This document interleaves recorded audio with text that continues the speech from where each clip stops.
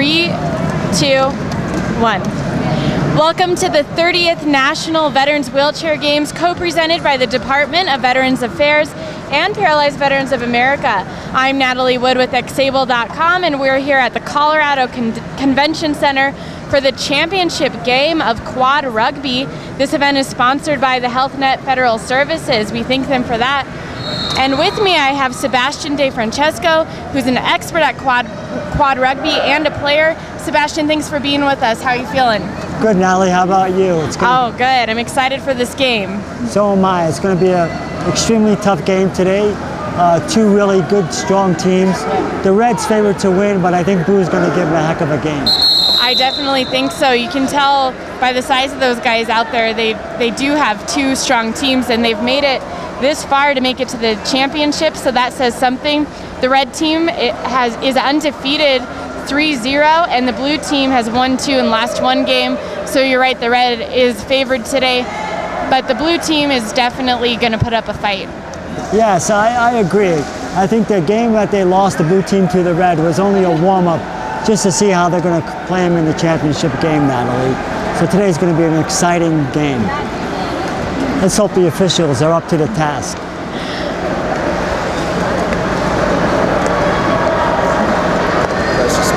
Thanks, Brad. So you had a part in getting this game started at these events. Have you seen it change at all over the years, or has it stayed pretty much the same as when you started it? Well, I think it progressively gets better. I think the biggest change I've seen is the design of the wheelchairs. When we first started, we were playing in manual chairs that were pretty much an everyday chair that were just modified. Now they're really changed, and they're built just basically for rugby. There's several designs just for pickers and low pointers, and really impact chairs for high pointers and that push hard. All right, and here we go. Severn tips it off, but now red team has the ball. Ryan Lindstorm for the red team passes it off. It looks like they have a goal. Yeah, it looks like the red team scored a goal. I think Big Scott was over the line with really good defense, and then he just happened to slide over the line. So there we go. The first goal has been made for the red team. The score 1-0. But we've got Severn with the ball. Oh, looks like it's gone out. Yeah, Scott held on to the ball and waited for the last moment. Maybe he should have either turned the opposite direction or passed the ball sooner.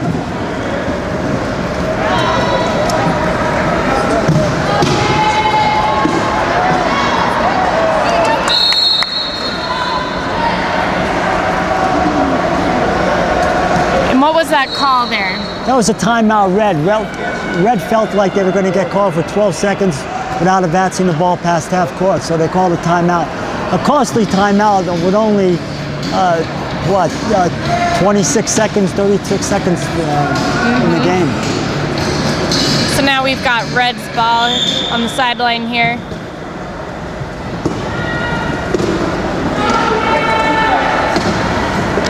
Blue's putting a lot of pressure on the red, but there goes Ryan. And Ryan Lindstorm rolling in the goal. And he gets it. The second goal for the red team here in just the first couple minutes.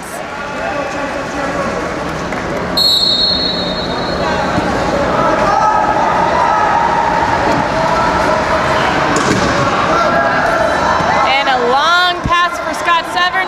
His teammate trying to reach it.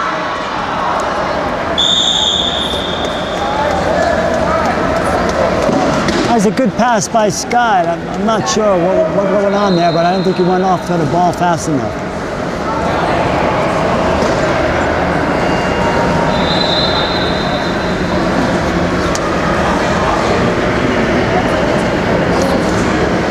So what typically happens here, Natalie, is that the blue team tries to trap number 2 throwing in the ball, but unfortunately nobody get down quick enough to get that position.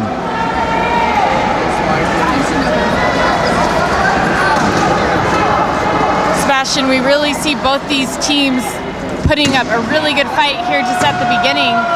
But the red team now with their third goal, do you think blue team needs to change up their defense? Well, I just think they need to relax and not throw bad passes. I think they get back into the game, but like I told you earlier, Red seems to be the dominant team today. It seems that way so far.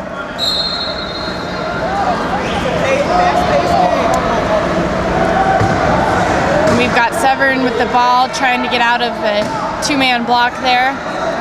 Passes it off.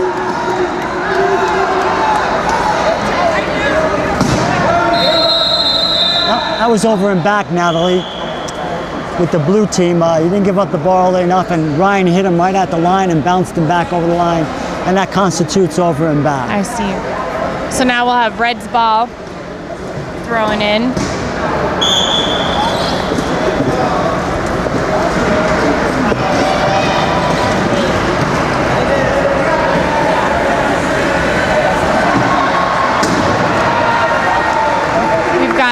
Matthew Richardson with the ball.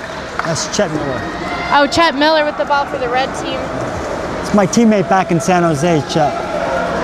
And Chet just made the goal for Red. The score now 5-0. With 6 minutes and 6 seconds remaining. There we go. Blue finally got it on the board. Period. With Scott pushing down really hard. Good picks. Finally, Blue picked really well there, and Scott had an opening, and he took advantage of the opening. And there's Blue's first goal by Scott Severn. Score 5-1, Red winning.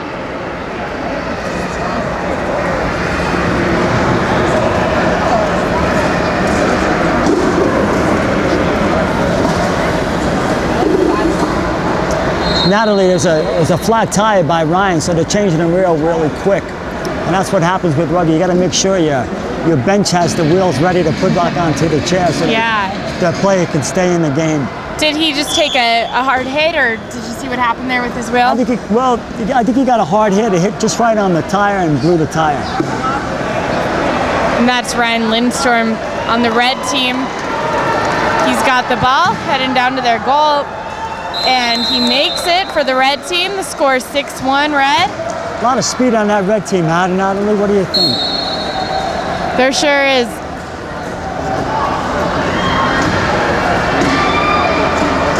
Blue team struggling to grab that ball, got up in the air there. Well, Blue got out of there pretty luckily. Red went over the line without the ball, so it constitutes a turnover.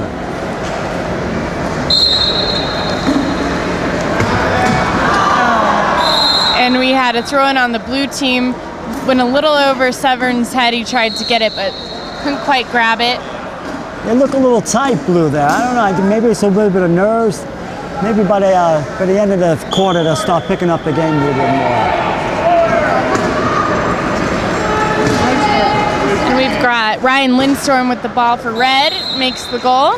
Excellent pick. The score now 7-1 Red, with 5 minutes and 30 seconds left in the first period. And Severn trying to weave his way through the Red team, who knows to team up on him. And Scott's putting up a fight to get down to the goal. Very nice pick. And a really nice play by Severn. Really fought his way down there and made the goal for Blue. The score now 7-2, Red team winning. Yeah, Red tried to trap him with 3 men, but Scott seemed to break out of that and kept pushing really hard with a nice pick at the end, scored the easy goal.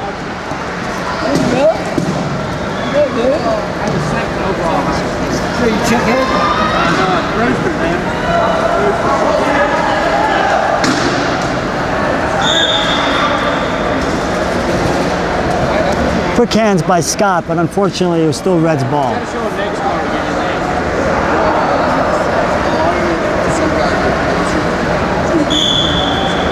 All right, and Red's ball pretty close to their goal line. Blue setting up in the key, Natalie. So let's see how they can work this out. And a goal for the Red team, again by Ryan Lindstrom.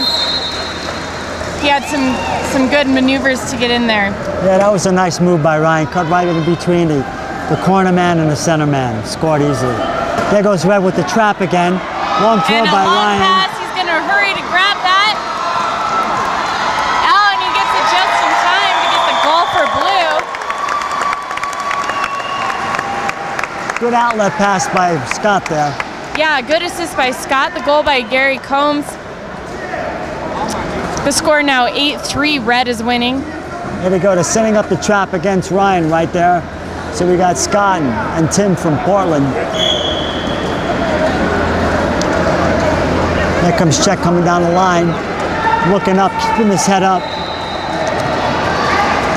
Oh, and nice. Nice move. Oh, the pass a little behind, but Ryan. And another goal for Red.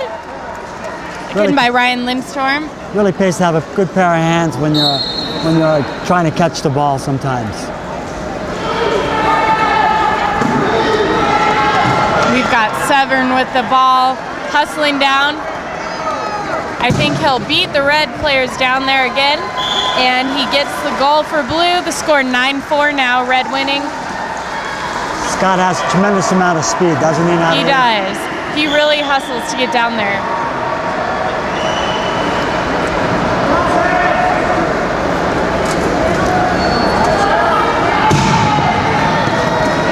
I don't know, Blue cannot counter that Red offense. And a goal for Red, Ryan Lindstorm. He was pretty wide open down there and was able to make a pretty easy score.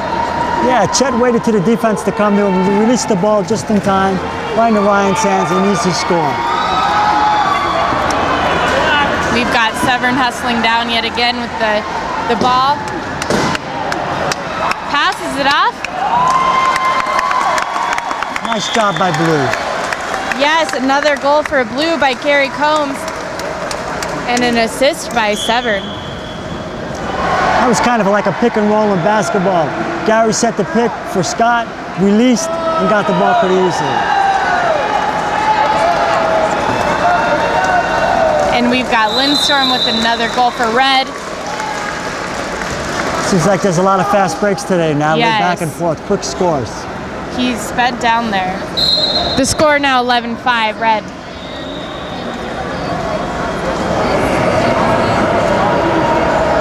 Sebastian, you said we have two experienced refs here for this game. What is their history with this sport? Well, Kelly pretty much started with the sport when it first came into the United States. She started as a local official, got a national certification, then got an international certification. She's refereed in several Paralympic games. Tim's the same way. Tim started in the late 80s and was a ref ever since. Done several national championships, and I believe been at several Paralympic games also. Sounds like they got the best for this championship game here today. Yes, they did, Natalie. Yes, they did. And we have Red with another goal there. The score 12-6, Red. The game's been pretty clean so far. They haven't done much work for that. Oh, and a steal. No goal. Did you see that, Natalie? That was pretty close call there. But it looks like he knocked the cone. Is that why there was no goal? Yeah, that's correct. Chet stole the ball, but unfortunately Scott hit him into the cone, which results in a turnover.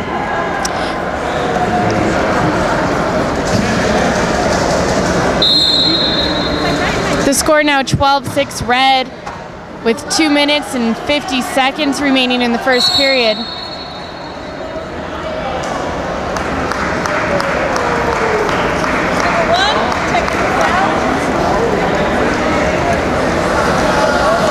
I'm not sure what I was called a technical foul, but I believe he wouldn't let the player back into play. Once you release the ball and you're taking the ball out of bounds, you have to be able to get back onto the court. I don't think one let him back on the court. We've got Severn looking for a pass and gets it out, but his teammate was unable to grab it. That's unfortunate. Blue has the advantage and they couldn't quite connect with the pass. So number one has to stay in the penalty box until Blue scores, or else he's in there for 1 minute.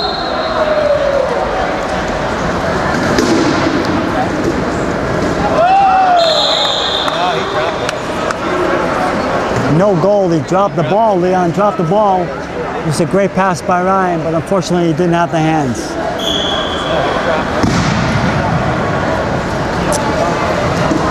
We've got Severn with the ball. You can tell the defense is hurrying to get to him.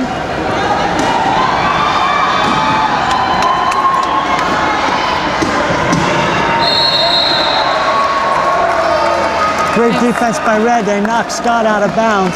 Good trap by Ryan, and Leon came from behind, pushed him out of bounds. That was a great play by Red. So now it's Red's ball, and they were quick to toss it in, and the red team grabs it. In time to make a goal. The score now 12-6 Red, with 2 minutes and 17 seconds left in the first quarter. Once again, Blue can't take advantage of the extra man. They can't score on that. Here we go. This could be... Gary needs to give up the ball maybe to Scott. Oh, here we go. Got Gary Combs looking for a pass, and he calls a timeout for the Blue team. That was a smart call by Gary. He would have been called for 12 seconds without advancing the ball past half court.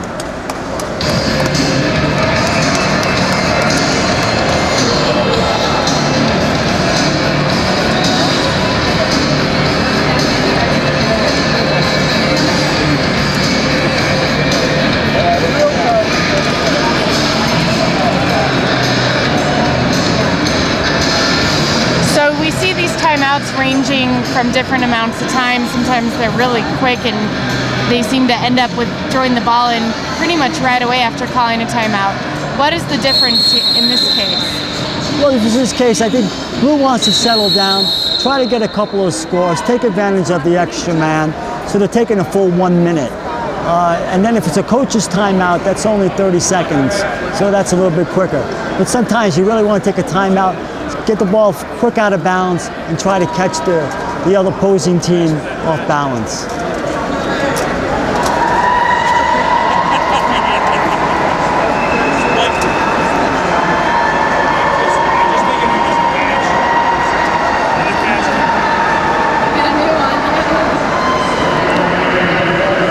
And the Blue team is making their way back out onto the court.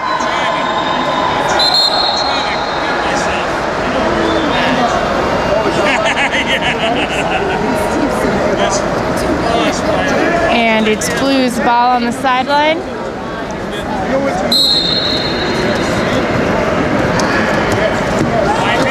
And Severn with the ball, they're trying to knock him out. And he calls a timeout. It's a nice trap by Red. Once again, they had Scott, couldn't turn anywhere. They used the out of bounds as another defensive player, and Scott couldn't turn. He had to call a timeout. Another costly timeout for Blue. Looks like Blue is really trying, but just struggling to find exactly how to put up a good offense against the Red team here. Do you see anything they could be doing better, their layout or strategy? Is there anything they could be working on here? Well, I think they need to open up the floor a little bit more, set a pick for Scott so he has a little bit more move to maneuver so he doesn't get trapped by 2 or 3 men. So one good pick will set him free, and let's see what happens here. Good defense by Red once again. We have the Blue team with the ball. Gary Combs making his way towards the goal. Some good defense by Chet Miller. And now we've got Severn with the ball. And Miller tries to knock it out of his hands, but Scott passes it off. And there's a goal for Blue. That was a nice play by Scott. That was a good give and go. That was a good pass by Scott and a nice goal for the Blue team. The score now 13-7 Red with 1 minute and 40 seconds remaining in this first quarter. But Red is hustling down with the ball. Looks like there might be another goal here.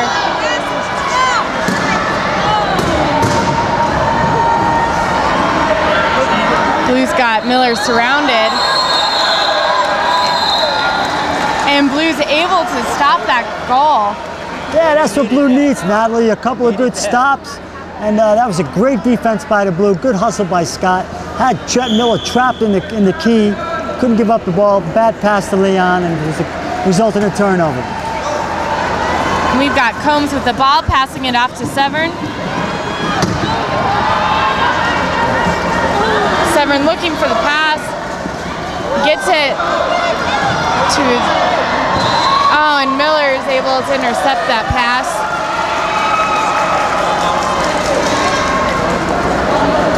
That's too bad. Blue couldn't take advantage of that. They had it, and that results in a score by Red. And we've got Miller with the goal for Red team. The score 14-7 Red. 51 seconds remaining in the first quarter. Natalie, you can't touch the play before the ball's whistled, so that's why they had to let Scott release. And if he calls an inbounder, they have to let him go and do the inbound pass. So sometimes that works, sometimes it doesn't. So if the guy's coming towards you, it's hard to find you waste a lot of time. I understand. Some would think It's easy for us to critique the And what was that call there? I'm not sure. I think Blue crossed the line, which resulted in another turnover. No, I've covered the better blue. It looks like the Red kind of pushed the Blue team into their goal. It looks like as long as he wasn't physically hurting, he's allowed to push him from behind. He has to hold his position. I've never seen it before. I'm not really. Yeah, I saw that. I don't know. It was either not allowed a guy to back up or he was backing up. It was. I heard part of it, and the guy asked me to be right down there. Okay, and we've got Severn with the ball. A hard hit as he tries to pass it off. Gary Combs struggling to grab it and not quite able to get it. It was a really good play for the Blue team, just not quite able to finish it off. Yeah, some people will say Scott needs to get a little bit more air on the ball. He needs to throw a little bit higher so it slows down. Less topspin on the ball. Gary might have had a chance to catch that ball if that would have been the result.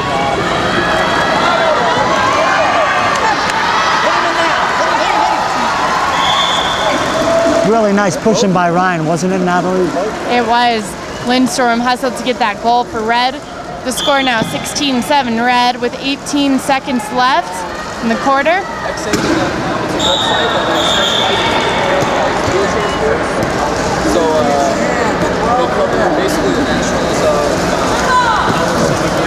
That was a tough call by Tim Davis, calling Chet Miller for the reach from behind on Scott, results in a penalty on Chet. Let's stay in the box for 1 minute or until Blue scores. All right, and we've got Blue team with the ball, with the defense really getting down there fast. But Severn makes the goal for the Blue team. That's actually what my bosses are right now. I'm kind of The score now 16-8 Red. With 5.4 seconds to go. And Miller this is just trouble gets for out Blue of the here. box and he's able to get down there. Could result in a score with 5 seconds left. And they did it. The Red team got another score, 17-8 Red with 2 Blue should have kept seconds. somebody back on that one, Natalie, just to prevent that long pass from happening. And there we go. There's the end of the first period. The score is 17-8. The Red team is winning. I have Sebastian DeFrancesco with me, and we will be back with more action.